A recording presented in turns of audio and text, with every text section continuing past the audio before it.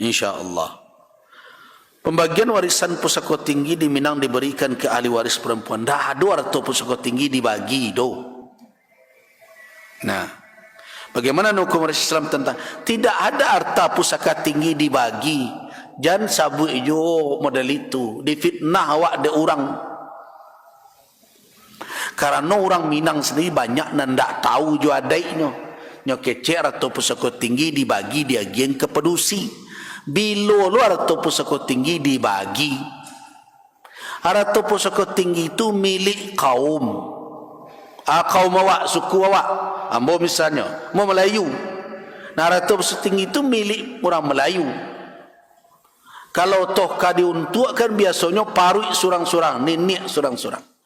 Kalau kini dibuat oleh sianu, itu bukan dibagi ke untuk inyo. Suatu saat mamak bisa saja menarik malia kan kena lain, namanya ganggam bauntuk namanya. Jadi dia kecek awak nempunyo. Kalau awak nempunyo dia bisa awak menjual, tidak bisa. Jadi tidak ada harta pusaka tinggi itu dan dibagi serupa faraid. Harta pusaka tinggi itu punya siapa? Punya kaum. Atau mana kau pedusi memaci laki-laki pi marantau dahulu. Tu kan maha banyak membawa sawah tu karantau. Dan tinggal di kampung kan pedusi. Nah, tapi dia kau punya tidak. Pedusi dan berkuasa indah mamak dan matur. Mamak pedusi laki-laki. Ya sudah. Jadi tidak ada sebenarnya di Minang tu matriarkat. Kan orang kan tadi mengecekkan berkuasa perempuan di mana. Cuma kadang-kadang adik kau ada yang keliru dihamalkan ada. Kalau dulu mamak ketika masih menjalankan tugas dan fungsinya, tibonya ke rumah gadang. Rumah gadang itu kan isi banyak keluarga ya. Nah, makanya dulu orang anggan kawin sesuku. Maka itu orang sesuku itu dulu senineknya biasanya serumah gadang. Leka mungkin anak rumah nan di ujung, babi ini juga anak na rumah di pangka, kama pulangnya. Nah, jadi dipantangkan bukan berarti haram. Tidak ketujuh. Artinya tidak disukai oleh orang tu. Maka dah disukai. Kini kan banyak aja yang tidak suka nikah. Ada orang kadang nama pantang je negari itu. Aku kesinan tidak pulang dah. Baru saya bersuara mengecek ke orang gaya. Aga cek ibunya. Kama, aga calon. Orang tu tidak usah pulang. Alasannya tidak jalan, mungkin pengalaman dulunya tidak jadi orang sini anak merasa ini. Nah, jadi ada saja orang berpantang model itu. Dan kenapa dahulu dipantangkan orang? Kalau itu kok bercakapnya bako, rumah tangga kan bisa saya bubarnya kok. Mu orang serumah gadang bersiarak jadinya. Jadi lemahlah hubungan sosial. Atau makanya tak dipilih ada orang Minang dulu kawin sesuku tu cari yang lain balik-balik dapur aja. Bagaimana itu? Ya itunya kan dapurnya surang-surang di kamar tu. Kadang dapur bersama. Jadi itu makanya tidak dianjur, tidak disukai oleh orang Minang. Pantang. Pantangan itu bukan berarti suatu yang haram. Nah, cuma kadang sebagian orang membawakan haram nikah sesuku, tidak berpantang. Orang Minang berpantang untuk itu. Kenapa? Karena mereka serumah gadang. Susah hubungan nanti. Batangka cie, berserak sadun. Nah, itu nanti dihindarinya. Nah, kemudian apakah nanti orang Minang itu berarti melanggar agama? Tidak ada yang melanggar syarak. Dalam kewarisan tidak ada yang melanggar syarak. Perusi kau nama punya indak, nama punya kaum. Cuma perusi mamacinya. Kenapa? Karena mereka ada di kampung, mereka ada di rumah. Kalau tu ada di rumah laki-laki, nyo pulang ke rumah bininya, di rumah gadang orang. Tidak mungkin sawah. Orang gayanya nyangkut ke situ, tidak punya inyo doh. Nah, itu sebenarnya masalahnya. Jadi orang Minang tidak berlaku bagi dia matrilineal dalam kenasaban. Jadi ini kecekkan garis keturunan ibu itu sebagai ukuran segala tidak ada. Nasab orang Minang tetap ke bapa. Kesukuan orang Minang sukunya ke ibu. Suku jangan difahami menyangkut nasab padanya. Jadi berbeda Minangkabau. Suku tu tak berkait jo nasab. Suku tu adalah lembago nan dijago berdasarkan kepada garis keibuan.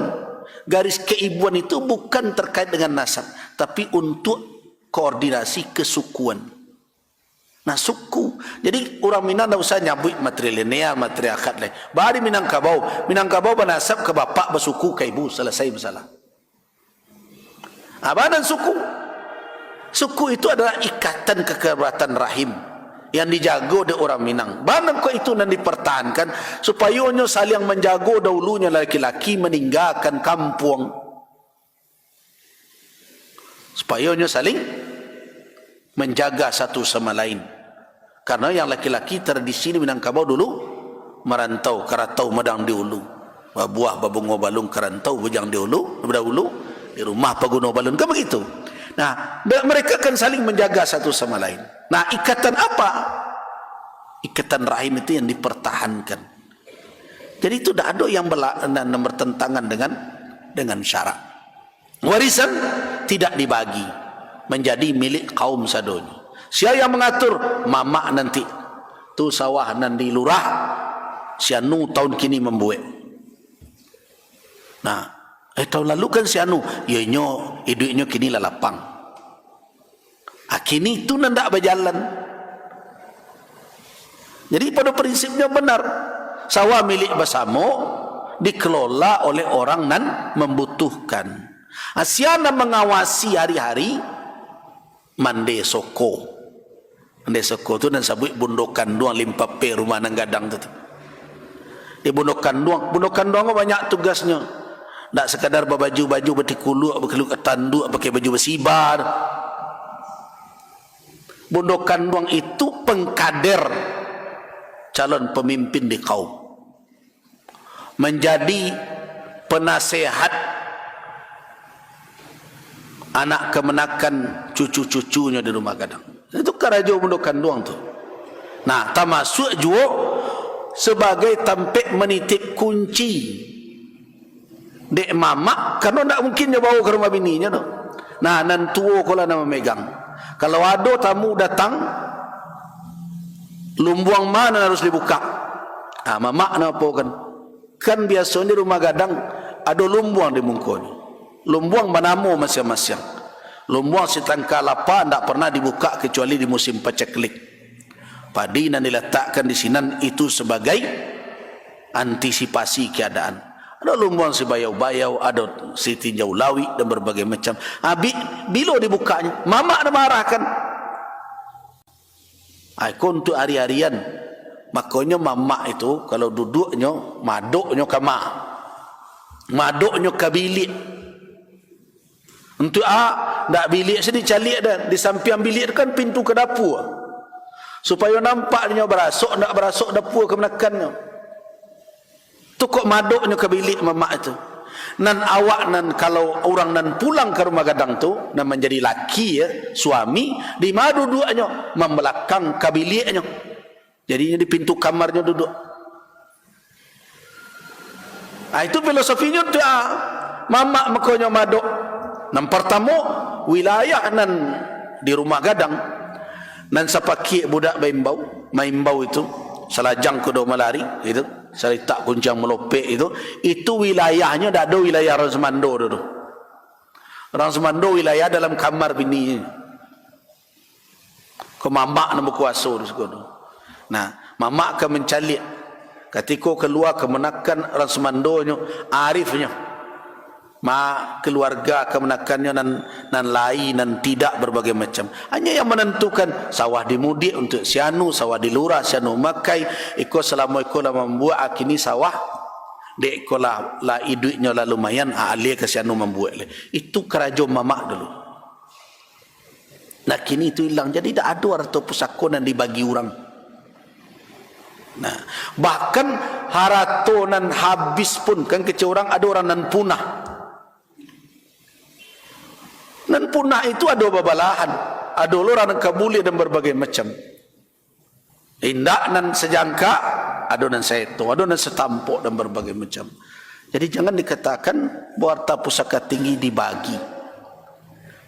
Nah, wanita yang ndak bundo kanduang atau mande soko memaci amanah dari mamak kepala wari sampai mengkader pengulu. Kini bako dak jalan kaderisasi pengulu karena nan mande soko tadi nan ndak bergerak. Dahulu bundo kanduang itu kalau sekian banyak kemenakan di antara pakaian pengulu itu apa ada ibu-ibu tungke. Di sampingnya berdeta, di sampingnya baju, tapi ada nan rutin di bawahnya dek pengulu tungke. Itu indak mudo, indak tua pengulu biasanya tungke permainan tangannya. Nah, salah satu contoh tanda mengisyaratkan biasanya seorang pengulu kalau mengkader kemenakannya kok banyak gak 10-20 orang sianan patut dijadikan sebagai pelanjutnya sebagai apa biasanya nyobawa pai parale nyobawa pai ba acara. Nah beko kalau ada paralunya tungke di pacian dek kemenakan itu. Nah itu mande soko bundo kanduan di sinan arifnya tuh siana nacok di bawahnya, siana nacok memacik tungkeknya. Maka di situ kecek dalam aiko nang kadernya kau. Nah, ketikalah tampak lah babake serupa itu, mulailah bundo kanduan mendidik kader dan surang tu. Mulai dari dari caro dalam kehidupan. Piriangnya lah dipalainkan doh. Duduknya lah diperbedakan supaya nya mulai berwibawa di tengah nan lain nan sebaya aja nyo. Agini lah ya do bundo kanduang ngarajan serupa itu. Bundo kanduang ini kan abi dia foto-foto. Nah, kayak di kulit tanduk, kayak baju hitam lah. Tugas itu nanti kerajokan di bundo kanduang di kaum. Jadi bukan pemiliknya, tapi sebagai titipan amanah. Nah, makanya mempuro aluang bunian. Nya nama macikan itu. Sianan mau untukkan mamak kepala wari. Itu nama menentukan. Biasanya mamak bertanya ke bundo kanduang ke mande soko bako itu. So inyo nama doi setiap hari gitu. Jadi kecil jo atau pusako tinggi dibagi because sudah itu dijualnya. Bolo sudah itu. Di malu ada atau pusako tinggi dibagi. Tidak ada dibagi. Dia hanya diuntukkan. Membuat sianu itu namanya ganggam bauntuk. Bukan dalam makna memiliki. Allahu a'lam. Kita cukupkan sampai di sini. Banyak maaf. Wafakanallahu wa iyyakum lima yuhibbu wa yarda. Wassalamualaikum warahmatullahi wabarakatuh.